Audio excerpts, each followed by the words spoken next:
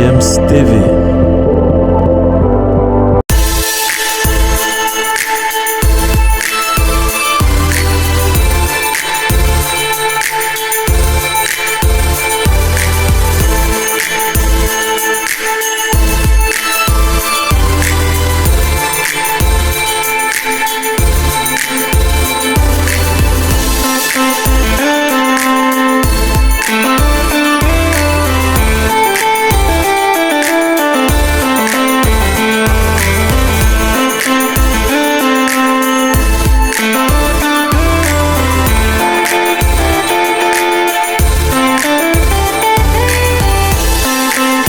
Bienvenue sur GFM's TV, vous êtes sur Classico qui va donc rebondir sur la 25e journée de la première ligue anglaise.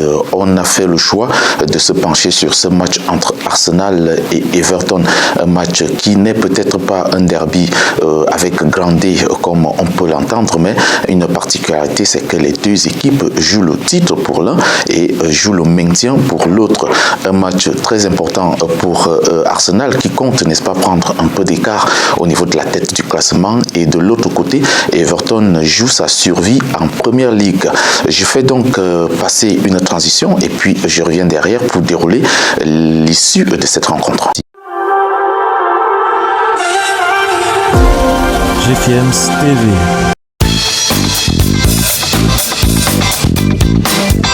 Vous êtes sur GFM's TV, vous suivez donc Classico avec Arsenal qui recevait Everton pour le compte de la 25e journée de la première ligue anglaise.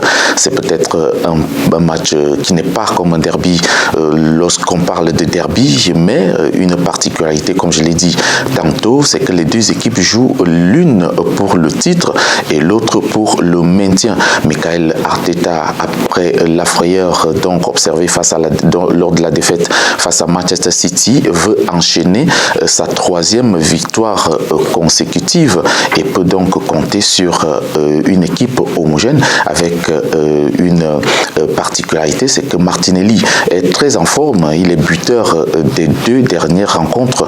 C'était face à Aston Villa et face à Leicester. De l'autre côté, on a Bukayo Saka qui est un autre joueur en forme du côté des Gunners. Il est bel et bien présent dans le 11 de départ de Mikel Arteta. Le manager d'Everton, Sean Dyche, lui aura du fil à retordre face à cette équipe Arsenal, très en forme cette saison et qui mène très bien le fil au niveau du classement en Première Ligue. Après avoir donc résisté durant presque toute la mi-temps, Everton cède finalement dès la 40e minute avec une passe décisive de Zinchenko qui a offert un magnifique but à Bukayo Saka. 1-0, 5 minutes plus tard, Bukayo Saka, lui maintenant, va donc adresser une passe décisive qui sera sa 9e passe décisive en Première Ligue pour Martinelli Gabriel.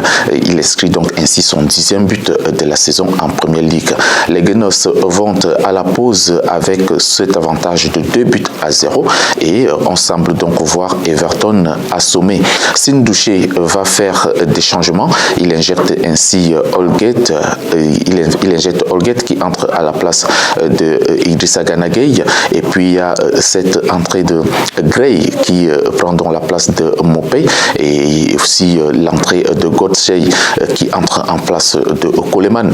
Ils sont donc, n'est-ce pas, là pour essayer de remettre la machine d'Everton en marche. Bien après, on a vu la sortie de Doucouré qui a laissé sa place à Davis.